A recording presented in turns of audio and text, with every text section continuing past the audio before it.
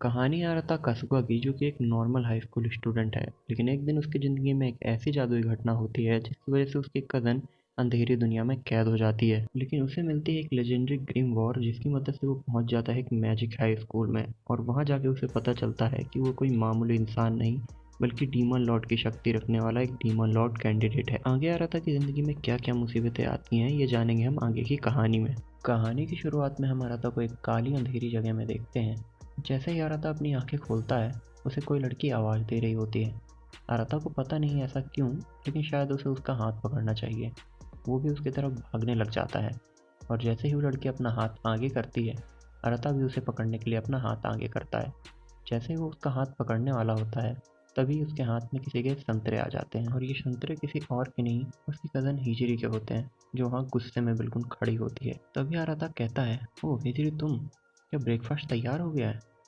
जिस पे हिजरी को बहुत गुस्सा आता है, और वो कहती है, तुम्हारी हिम्मत कैसे है मुझसे ब्रेकफास्ट के बारे में बात करने की?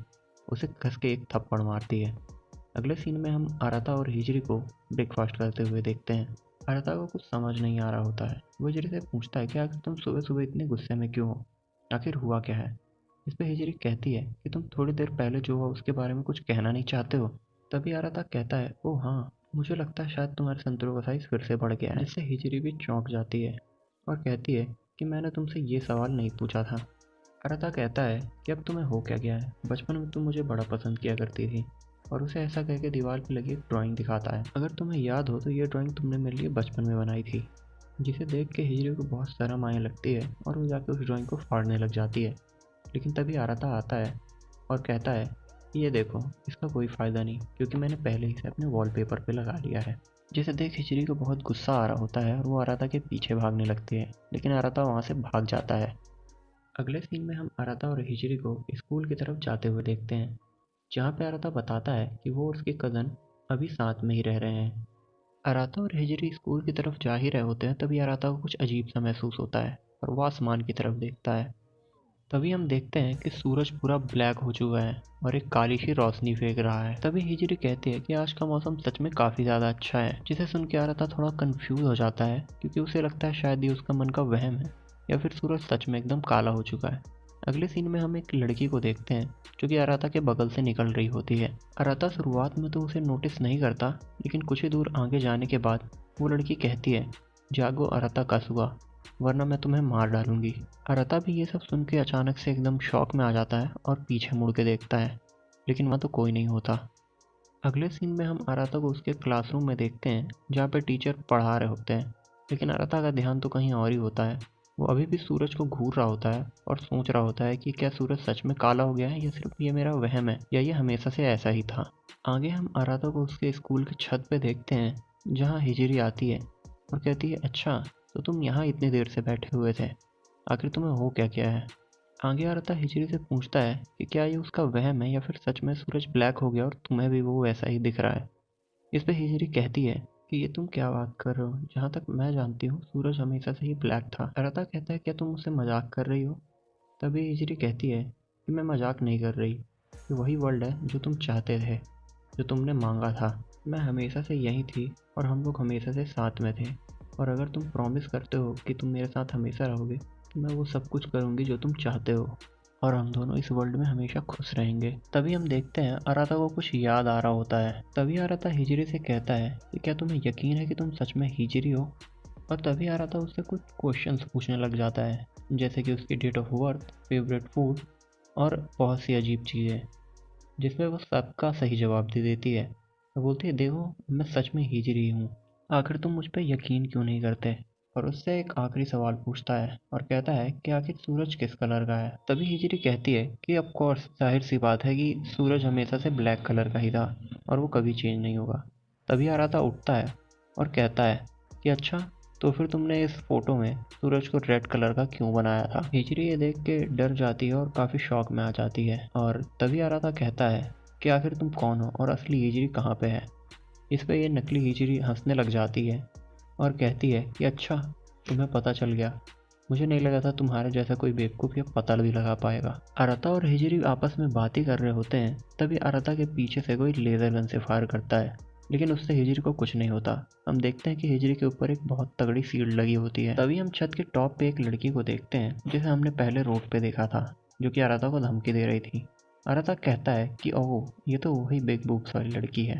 तभी हम देखते हैं कि वो लड़की थोड़ी अनकंफर्टेबल हो जाती है और कहती है मेरा नाम असामी लिलित है, और नीचे आती है।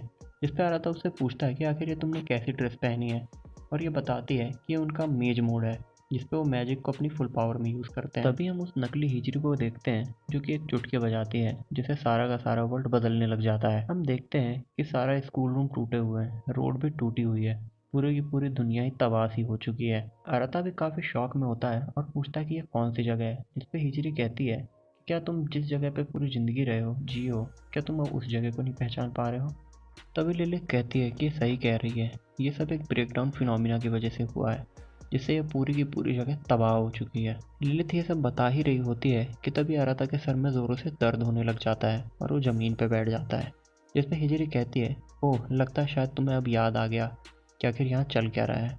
इस पर अराता कहता है हाँ, शायद मुझे अब याद आ रहा है, वो काला सूरज, वो काली रोशनी जिसने सभी को अपने अंदर खींच लिया।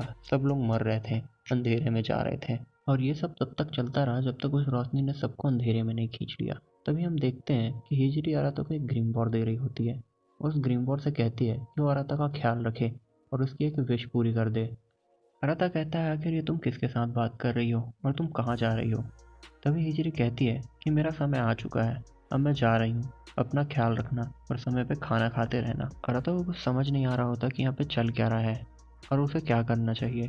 तभी हिजरी आगे बढ़ती है और उसे एक पप्पी देती है, और अराता कुछ समझ पाता उससे पहले हम देखते हैं एक नीली रोशनी हिजरी को गायब कर रही है।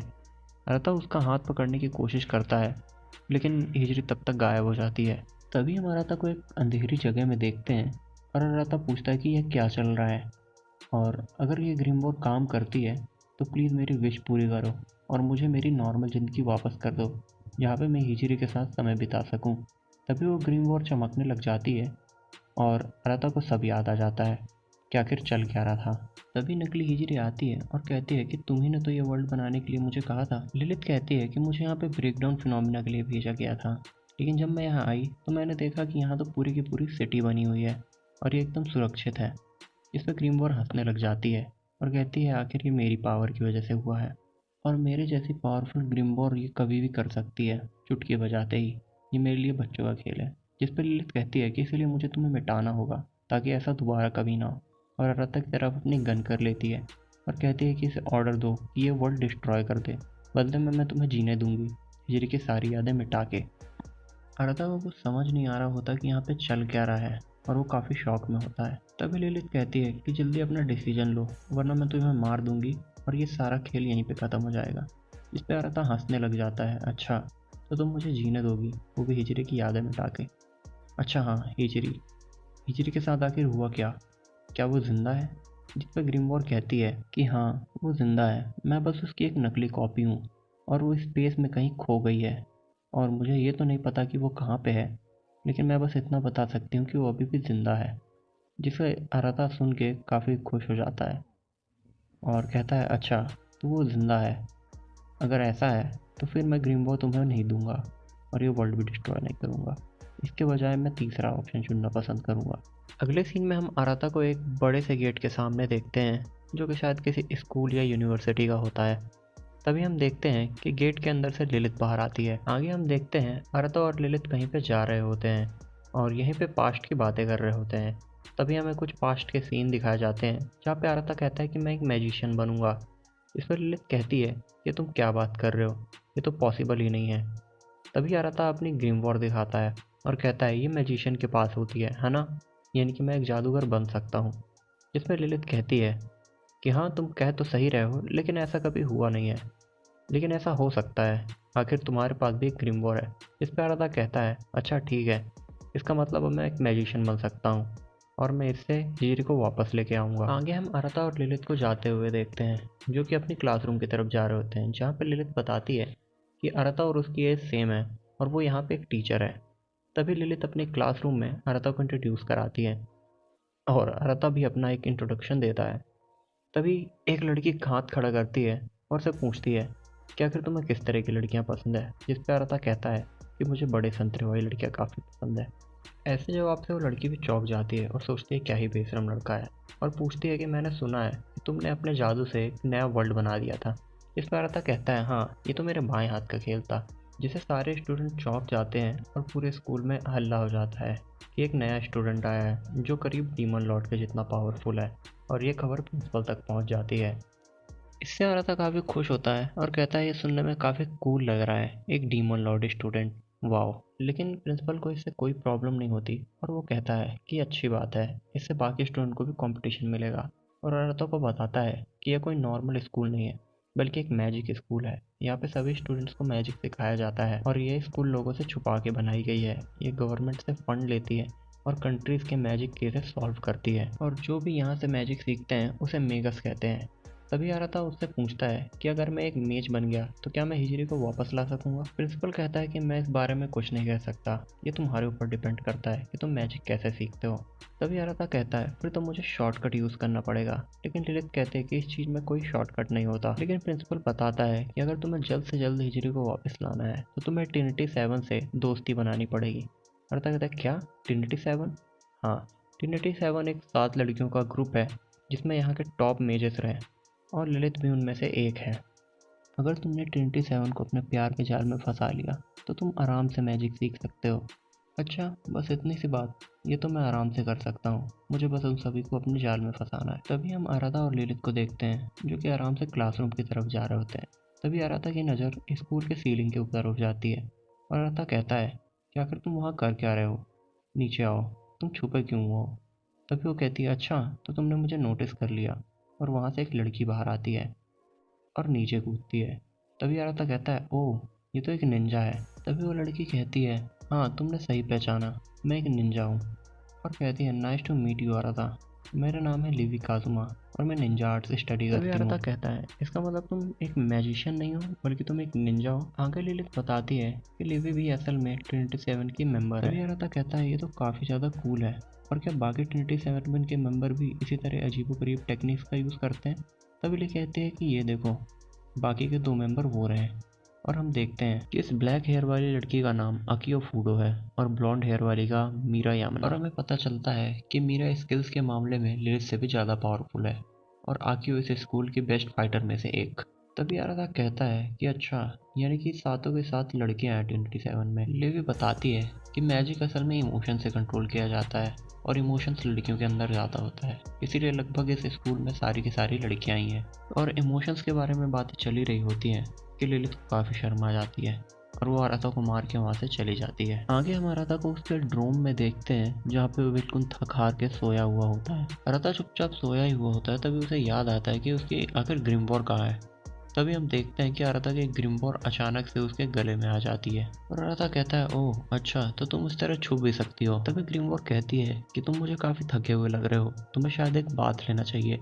और अगले सीन में हम आराधा को बाथ की तरफ जाते हुए देखते हैं। आराधा जैसे ही बाथ का गेट ओपन करता है और अंदर जाता है, तभी अचानक देखता है कि उसके सामने कोई लड़की खड़ी होती है, वो भी बिना कपड़ों है। वो लड़की भी आराधा को घूर रही होती है और आराधा भी उसे घूर ही रहा होता है। आराधा को समझ नहीं आता कि वो क्या करे, इसलिए वो चुपचाप जाके एक कोने में बैठ जाता है और शैम्पू लगाने लग जाता है। आराधा अपने बाल आराम से शैम्पू से घिस ही रहा होता है कि तभी वो लड़की आती है और कहती है ये शैम्पू नहीं है, बल्कि शैम्पू उस बॉटल में है। आराधा को कुछ समझ नहीं आता और उसकी तरफ देखने लगता है और काफ़ी ज़्यादा नर्वस होकर चिल्लाने लग जाता है। तभी वो लड़की कहती है क्या तुम्हारी आंखों में शैम्पू चला गया, क्या मैं पानी ला के दूँ तुम्हें। आराधा कहता है कि क्या तुम्हारी तबीयत खराब है, तुम मुझे देख के चिल्ला क्यों नहीं रही हो। जिस पे वो लड़की हल्की सी आवाज़ में चिल्लाने लगती है और आराधा भी शॉक हो जाता है।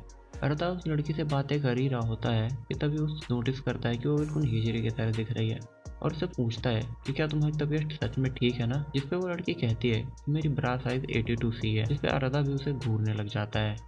आराधा उसे घूर ही रहा होता है कि तभी उसे खुद इतनी शर्म आती है कि वो वहाँ से दौड़ते हुए भाग जाता है और भागते भागते सीधा हॉल की तरफ पहुँच जाता है जहाँ हम ललित को देखते हैं। आराधा एक तौलिया पहने ललित के सामने आके खड़ा हो जाता है और ललित भी उसे देख कर काफ़ी शर्मा जाती है और चिल्लाने लगती है। तभी आराधा कहता है कि हाँ, ये है एक असली रिएक्शन। और उसे बताता है कि वहाँ पे हिजरी जैसे दिखने वाली एक लड़की है जो कि बाद में नहा रही है, वो भी बिना कपड़ों के। तब लिलित उसे बताती है कि उसका नाम आर्यन कांजुकी है और वो भी ट्रिनिटी 7 की एक मेंबर है, और कहती है मेरे लिए वो हिजरी जैसी नहीं बल्कि हिजरी उसके जैसे दिखती है, और तुरंत बाथरूम की तरफ दौड़ते हुए पहुंच जाती है और कहती है आर्यन तुम फिर से लड़कों के बात में घुस आई। इस पर आर्यन कहती है आखिर दिक्कत क्या है, यहाँ तो कोई लड़का ही नहीं है। और ललित गुस्से में कहती है कि यहाँ पे एक है, यहाँ पे एक लड़का है। तभी आर्यन कहती है कि कोई बात नहीं, मुझे इससे वैसे भी कोई फर्क नहीं पड़ता कि यहाँ पे कोई लड़का है या फिर नहीं है। तभी आराता भी ललित के पीछे पीछे वहाँ पे पहुँच जाता है और आर्यन फिर से हल्की आवाज़ में चीखने लग जाती है। तभी हम आराता को देखते हैं जो कि ग्रिमवॉर को बुलाता है और कहता है कि मैं समझ नहीं पा रहा हूँ, वो और हिजरी एकदम सेम टू सेम दिखते हैं और मुझे कुछ अजीब सी फीलिंग्स आ रही हैं उससे लेके। ऐसा लग रहा है जैसे हिजरी और वो कनेक्टेड है किसी चीज़ से। और ट्रिनिटी 7, मुझे ऐसा लगता है कि कहीं ना कहीं वो मेरे लिए बहुत ज़रूरी है और मुझे जल्द से जल्द उनके करीब पहुंचना होगा ताकि मैं हिजरी को वापस ला सकूं। तभी हमें पीछे से लिलित के चीखने की आवाज़ आती है और वो आराता के ऊपर गुस्सा कर रही होती है क्योंकि उसने कुछ भी कपड़े नहीं पहने होते। अगले दिन हमें दोबारा स्कूल दिखाया जाता है जहाँ पर लिलित सभी बच्चों को पढ़ा रही होती है और हम आर्यन को देखते हैं जिसे सारे बच्चे अजीब निगाहों से देख रहे होते हैं क्योंकि वो आराता के जस्ट बगल में बैठ के आराता को घूर रही होती है। आराता भी इस चीज़ से काफ़ी परेशान होता है और लिलित से पूछता है कि लिलित से आखिर यहाँ पे चल क्या रहा है। तभी ललित बताती है कि मुझे भी असल में नहीं पता कि आखिर ये चल क्या रहा है। आगे हम आर्यन और आराता को देखते हैं जिसे आर्यन हर समय घूर रही होती है, यहाँ तक कि हॉल में, यहाँ तक कि टॉयलेट तक उसके पीछे पीछे चली जाती है। तभी आराता रोकता है और कहता है कि तुम मेरे पीछे टॉयलेट में नहीं आ सकती। इस पर आर्यन कहती है कि मुझे कोई भी दिक्कत नहीं है टॉयलेट पे जाने से, लेकिन आराधा को दिक्कत होती है इस चीज़ से और वो कहता है कि तुम बाहर ही रुको और तुम मुझे फॉलो क्यों कर रही हो सुबह से। आर्यन कहती है कि ये बस तुम्हारा वहम है, मैं तुम्हें फॉलो नहीं कर रही हूँ, हाँ वो तो पता चल रहा है कि कौन किसे फॉलो कर। तभी आर्यन कहती है कि मैं तुम्हारे ऊपर इसीलिए इंटरेस्टेड हूँ क्योंकि तुम डीमन लॉर्ड हो और मैं तुम्हें हमेशा देखती रहूँगी, हर वक्त हर पल, क्योंकि ये मेरी किस्मत है कि मुझे डीमन लॉर्ड की वाइफ बनना है। तभी आराधा कहता है कि तुम क्या बोल रही हो। इस पर वो बताती है कि पार्टनर, यानी कि तुम जो भी चाहो वो मैं करूँगी। तभी आराता कहता है मुझे कुछ समझ नहीं आ रहा है, जिस पे आर्यन कहती है तुम समय के साथ खुद समझ जाओगे। और आगे हम आराता के फिर से रूम में आ जाते हैं। तभी आराता कहता है ओह अच्छा, तो सारी सारी सुंदर लड़कियां यहाँ मेरे इंतजार में बैठी हैं। इसमें येलो हेयर वाली लड़की कहती है मैं यहाँ तुम्हारा इंटरव्यू लेने आई हूँ, और लिली बताती है कि वो बस उसे देखने आई है। तभी लिलित कहती है कि मैं 2 लड़कियों को तुम्हारे साथ अकेला नहीं छोड़ सकती। तभी आराधा बोलता है कि लेकिन तुम तो सेम मेरी एज की हो और तुम ये क्या बात कर रही हो। इस पर ललित कहती है हाँ लेकिन मैं एक टीचर हूँ तो ये चलता है। तभी हमारी येलो हेयर गर्ल जिसे हमने फर्स्ट डे देखा था वो आराधा से क्वेश्चन पूछने लगती है और कहती है कि अपने बारे में कुछ बताओ। इस पर आराधा कहता है कि मेरा फेवरेट फूड है फ्राइड चिकन, और लिलित से कहता है कि अब जब यहाँ पे हम सब आ ही गए हैं तो क्यों ना तुम मुझे कुछ मैजिक के बारे में बता दो। तभी लिवी और येलो हेयर लड़की बात करने लगते हैं कि लगता है अब लिलित से आराधा को प्राइवेट में कुछ लेसन्स देंगी और आराधा को कुछ नोटी नोटी चीज़ें सिखाएंगी। जिस पर लिलित कहती है कि नहीं मैं ऐसा कुछ नहीं करूँगी, और उन दोनों से परेशान हो जाती है और चुपचाप बैठ जाती है। तभी आराधा लिलित से पूछता है कि असल में ग्रिमवॉर है क्या चीज़, जिस पर लिलित उसे बताती है कि असल में एस्टल कोडेक्स है, जिससे वो दोनों लड़कियां भी शॉक हो जाती हैं। आगे लिलित बताती है कि ये असल में एक लेजेंडरी ग्रिमवॉर है जिसके बारे में मैजिशियंस को भी कुछ खास नहीं पता। तभी आराधा का ध्यान उसके ग्रिमवॉर के ऊपर जाता है और वो देखता है कि वो सो रही होती है, और आराधा सोचता है कि अच्छा तो इसी चीज की वजह से मैं इस मैजिक स्कूल में आया। आगे लिलित बताती है कि एस्टल कोडेक्स एक मिस्टीरियस ग्रिमवॉर है जिसके पास अदर रिलम्स का भी काफी ज्यादा नॉलेज। ये सब बातें चल ही रही होती है कि अचानक से एक मैजिक स्पेल कास्ट होता है और सारे रूम में अंधेरा हो जाता है। अचानक से अंधेरा होने की वजह से किसी को कुछ समझ नहीं आता है चल क्या रहा है और सब एक दूसरे ऊपर गिर जाते हैं। तभी हम देखते हैं आराधा का हाथ किसी के संतरों पे होता है। तभी ग्रिमवॉर कहती है कि लगता है हमें किसी ने अपने बैरियर में कैद कर लिया है, और चमकने लग जाती है। जैसे ही रूम में थोड़ा उजाला होता है हम देखते हैं आराधा का हाथ तो गलती जगह पे है। इस बात से लिलित चिल्लाती है और आराधा को एक थप्पड़ मारती है। तभी आराधा ग्रिमवॉर से पूछता है कि आखिर ये बैरियर है क्या चीज़, जिस पे ग्रिमवॉर बताती है कि जो वर्ल्ड तुमने बनाया था ये उसी का एक छोटा सा वर्जन है। सभी लोग बैरियर के बारे में डिस्कस कर ही रहे होते हैं कि तभी लिलित कहती है कि उसने काफ़ी समय से स्कूल में इस टाइप का मैजिक नहीं देखा है, आखिर ये बैरियर बनाया किसने होगा। तभी आराधा ग्रिमवॉर से पूछता है कि आखिर हम इस बैरियर से बाहर कैसे निकले, जिस पे ग्रिमवॉर बताती है कि ये असल में एक गेम है जिसमें तुम्हें अपनी पावर्स का एडवांटेज लेके यहाँ से बाहर निकलना है। और इतना बताने के बाद ग्रिमवॉर फिर से अपनी स्लीप मोड में चली जाती है। आगे हम आराता को देखते हैं जो थोड़ा फ्रस्ट्रेट हो जाता है और कुर्सियाँ फेंकने लगता है गेट की तरफ, लेकिन उससे भी कुछ नहीं होता, बल्कि कुर्सी खुद ही चकनाचूर हो जाती है। आगे हमें पता चलता है कि जिसने भी ये बैरियर बनाया है वो इन तीनों के पीछे नहीं है, बल्कि वो आराता का मैजिक देखना चाहता है। इस पे आराता कहता है फिर तो उसके लिए बहुत ही बुरी बात है, क्योंकि मैं तो कुछ करने ही नहीं वाला और यहाँ पे शांति से बैठने वाला हूँ। आगे हम आर्यन को देखते हैं जो कि किसी ऊंची जगह से आराधा के रूम की तरफ देख रही होती है। यहाँ बाकी लोग भी रूम से बाहर निकलने के लिए पूरी कोशिश करते हैं, लेकिन अफसोस उन लोगों को भी कुछ नहीं मिलता। तभी आराधा कहता है कि शायद हम लोगों को अब हार मान लेनी चाहिए। तभी लेवी कहती है शायद तुम कुछ भूल रहे हो, यहाँ पे कोई भी टॉयलेट नहीं है। इस पे आराधा कहता है कोई बात नहीं, मैं ये बात किसी को नहीं बताऊंगा। आगे हम लिलित को देखते हैं जो कि थोड़ी परेशान लग रही होती है, जिसे बाकी सबको समझ आ जाता है कि उसे बाथरूम लगी है और सभी लोग हड़बड़ी में आ जाते हैं। किसी को कुछ समझ नहीं आ रहा होता है कि क्या करना है, तभी लिवी बताती है कि उसे भी कुछ कुछ हो रहा है और हम देखते हैं कि वो अपने निंजा आर्ट से तीसरी लड़की को भी बाथरूम लगवा देती है और अब तीनों के तीनों बेहाल हो चुकी हैं और जो करना है अब आराता को ही करना है यहाँ से बाहर निकलने के लिए। तभी आराता सोचता है कि उसे शायद ग्रिमवॉर से मदद लेनी चाहिए। वो ग्रिमवॉर से मदद मांगने ही वाला होता है कि तभी उसके दिमाग में एक आइडिया आता है और वो बाकी लड़कियों को भी इशारा करता है, जिसपे वो लोग भी हाँ में हाँ मिलाती हैं और ये लोग अपनी एक्टिंग शुरू कर देते हैं। तभी आराता कहता है कि ओह वाओ, ये तो काफ़ी इजी था यहाँ से बाहर निकलना, हमें कितना जल्दी रास्ता मिल गया। सभी को लग रहा होता है कि एक लेजेंडरी ग्रिमवॉर को बेवकूफ़ बनाना शायद इतना आसान नहीं है। तभी ग्रिमवॉर कहती है अरे क्या तुम सभी ने वो बेडशीट के नीचे लगे मैजिक सर्कल को इतना जल्दी ढूंढ लिया। जिसे आराता कहता है कि जल्दी, हम लोगों को उस सर्कल को वहाँ से हटाना होगा।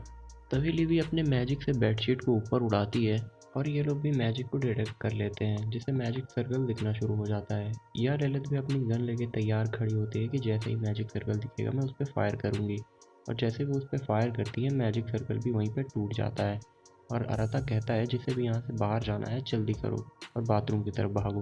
जैसे सारी लड़कियाँ बाथरूम की तरफ भाग जाती हैं। तभी ग्रिम्बर आराता से कहती है कि मुझे लगा नहीं था कि यहाँ से बाहर निकलने के लिए तुम मेरा इस्तेमाल करोगे, मैं बहुत एक्साइटेड हूँ कि तुम कौन सा तेनमा लेने वाले हो। जिस पे आराता कहता है तेनमा, आखिर ये तेनमा नाम की चीज़ होती क्या है, मुझे इस बारे में कुछ भी नहीं पता। वहाँ पीछे से आर्यन आती है और कहती है कि तेनमा असल में वो चीज़ होती है जिसकी रिसर्च और प्रैक्टिस में एक जादूगर अपनी पूरी जिंदगी लगा देता है। तभी आराता कहता है वाह क्या टाइमिंग है, तो वो बैरियर तुमने ही लगाया था है ना। इस पे आर्यन कहती है कि क्या तुम इस वजह से मुझसे गुस्सा हो। यहाँ आराता एकदम खुशी से खड़ा होता है और कहता है कि नहीं, मैं बहुत खुश हूँ कि मैं 3 लड़कियों को अपनी बाथरूम रोकते हुए देख पाया। तभी आर्यन कहती है कि क्या तुम्हें इस तरह की चीज़ें पसंद है, अगर तुम चाहो तो मैं तुम्हें दिखा सकती हूँ, और ऐसा कह के अपनी स्कर्ट ऊपर कर लेती है। इससे आराता काफ़ी ज़्यादा शर्मा जाता है और आर्यन कहती है कि उसे समझ नहीं आ रहा कि आखिर तुम चाहते क्या हो। यहाँ आराता और उसकी ग्रिमवॉर बात कर ही रहे होते हैं, जिसे देख के आर्यन भी आराता की ग्रिमवॉर से बात करने के लिए पहुँच जाती है और उन दोनों के बीच काफ़ी अच्छी दोस्ती हो जाती है। तभी ग्रिमवॉर कहती है कि शायद मेरे मास्टर तुम्हें अपनी गंदी निगाहों से देख रहे हैं। तभी आराधा कहता है कि अच्छा ये सब छोड़ो, तुम ये बताओ कि तुमने मेरे रूम पे मैजिक क्यों किया था। जिस पे आर्यन कहती है कि असल में क्योंकि तुम डीमन लॉर्ड हो। इस पे आराधा पूछता है कि आखिर ये डीमन लॉर्ड होता क्या है और सब लोग मुझे ये क्यों कह रहे हैं। आर्यन बताते हैं कि वो असल में बुरे लोगों का किंग होता है और ये सब उससे प्रिंसिपल ने करने को कहा था ताकि उसकी पावर का पता लगा सके। तभी हम देखते हैं कि प्रिंसिपल भी खिड़की तोड़ के तुरंत वहाँ पे पहुँच जाता है और ये लोग कहते हैं कि शायद हमें कहीं और चल के बात करनी चाहिए और वहाँ से चले जाते हैं। अगले सीन में हम आर्यन, लिलित और आराधा को उसके रूम में देखते हैं, जहाँ पे आर्यन उससे पूछते हैं कि क्या तुम शादी से पहले ही ये सब करना चाहोगे। इस पर आराधा कहता है हाँ बिल्कुल। इनकी बातें सुन के लिलित को काफ़ी गुस्सा आ रहा होता है, वो आराधा पे चिल्लाने लगती है, जिससे आराधा भी जाके उसका हाथ पकड़ लेता है और उसे मनाने लग जाता है। और ये सब वहाँ पे बैठी आर्यन भी देख रही होती है और कहती है तुम अपनी होने वाली वाइफ से चीटिंग कर रहे हो, वो भी उसके सामने। और आराधा कहता है कि मुझे दो वाइफ भी चल जाएगी। जिस बात से लिलित आराधा को एक जोरदार घूंसा मारती है और आराधा का गाल सूज जाता है। तभी आराधा कहता है शायद अब हमें मेन टॉपिक की बातें करनी चाहिए। तब आर्यन उससे पूछती है क्या तुम ये जानना चाहते हो कि मैंने तुम्हें इस बैरियर में क्यों बंद किया। इस पर लिलित पूछती है क्या तुमने हम लोगों को इस बैरियर में बंद किया था। तब आर्यन बताते हैं कि उसका सभी को इस बैरियर में बंद करने का कोई इरादा नहीं था, बल्कि उससे इंतज़ार नहीं हो रहा था। और लिलित कहती है कि अच्छा तो तुमसे इंतज़ार नहीं हुआ इसीलिए तुमने सभी को बैरियर में बंद कर दिया। तभी आर्यन बताते हैं कि उसे ये सब प्रिंसिपल ने करने को कहा था और आराधा पूछता है कि आखिर प्रिंसिपल है कहाँ। जिस पर लिलित उसे बताती है कि उसे पहले से प्रिंसिपल के ऊपर शक था, इसलिए उसने उसे जलती हुई भट्टी में डाल दिया और अब वो वहाँ पे जल रहा है। तभी लिलित कहती है कि आखिर प्रिंसिपल ने ऐसा किया क्यों था, आखिर वजह क्या रही होगी। जिस पे आर्यन बताती है कि तुम्हें बताने से अच्छा मैं करके दिखाती हूँ। मेरे हाथ पे हाथ रखो। जैसे ही आराता उसके हाथ पे अपना हाथ रखता है, एक बहुत ही पावरफुल मैजिकल फोर्स रिलीज होना शुरू हो जाता है और वहाँ से बहुत ही तेज हवा चलने लग जाती है। तभी वहाँ से इतनी तेज रोशनी आ रही होती है, किसी को कुछ दिख नहीं रहा होता। तभी हम आर्यन को देखते हैं जो कि अपनी बैटल फॉर्म रिलीज करती है और अपनी बैटल ड्रेस पहनना शुरू कर देती है। जैसे ही वो पूरी ट्रांसफॉर्म होती है, लिलिथ कहती है कि तुम अपनी मेगस मोड में क्यों आ गई, आखिर रीजन क्या है। तभी आर्यन बताती है कि उसका आर्काइव है डिस्ट्रॉय करना और उसने आराता के ऊपर लगी हुई सारी सीलों को डिस्ट्रॉय कर दिया है। इससे लिलिथ भी चौंक जाती है और आगे हम आराता को देखते हैं जो कि काफ़ी ज़्यादा पेन में दिख रहा होता है, अपनी पावर्स को कंट्रोल करने की कोशिश कर रहा होता है। आगे आर्यन कहती है कि अगर आराता सच में डीमन लॉर्ड होगा तो उसकी पावर से एक ब्रेकडाउन फिनोमिना होगा। तभी ग्रिमवॉर कहती है आखिर तुम क्या चाहती हो, कि आराता की पावर्स आउट ऑफ कंट्रोल हो जाए और यहाँ पे तबाही मच जाए। तभी लिलिथ कहती है कि अगर ऐसा हुआ तो पूरा का पूरा स्कूल ही डिस्ट्रॉय हो जाएगा। तभी आर्यन कहती है कि अब यह आखिरकार एक ब्रेकडाउन फिनोमिना होने वाला है।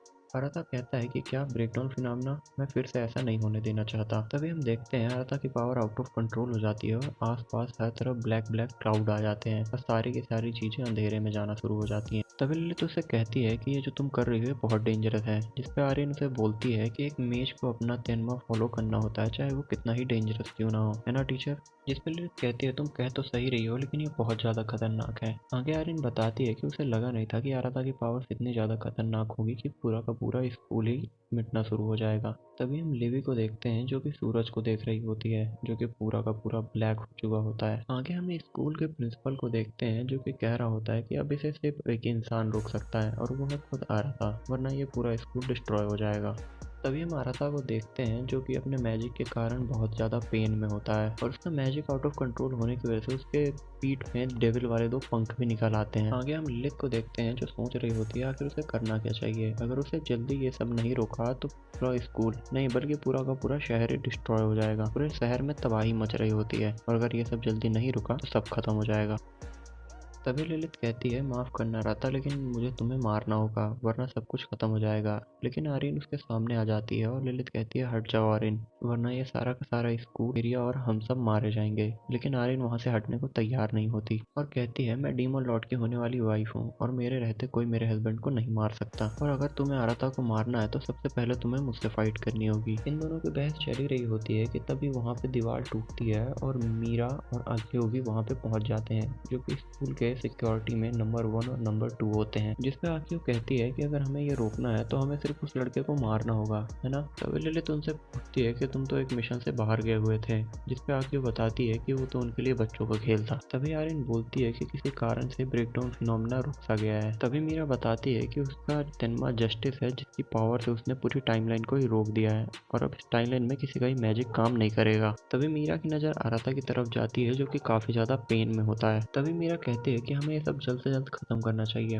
और आक्यो को आराता को मारने का ऑर्डर देती है। आक्यो भी अपना मैजिक एक्टिवेट कर लेती है। तभी लिलिथ कहती है कि तुम ऐसा नहीं कर सकती और आर्यन बताती है कि वो हिल भी नहीं पा रही। ये सब मीरा के मैजिक की वजह से हो रहा होता है और इसी का फायदा उठा के आक्यो भी आराता के ऊपर हमला कर देती है और आराता इस कमजोर हालत में कुछ नहीं कर सकता था। तभी आराता को आक्यो की एक पावरफुल किक पड़ती है और एपिसोड वहीं पे खत्म हो जाता है। अगर आपको ये एनिमे पसंद आया हो तो प्लीज लाइक एंड सब्सक्राइब करें। हम इसका नेक्स्ट पार्ट जल्द से जल्द लाने की कोशिश करें।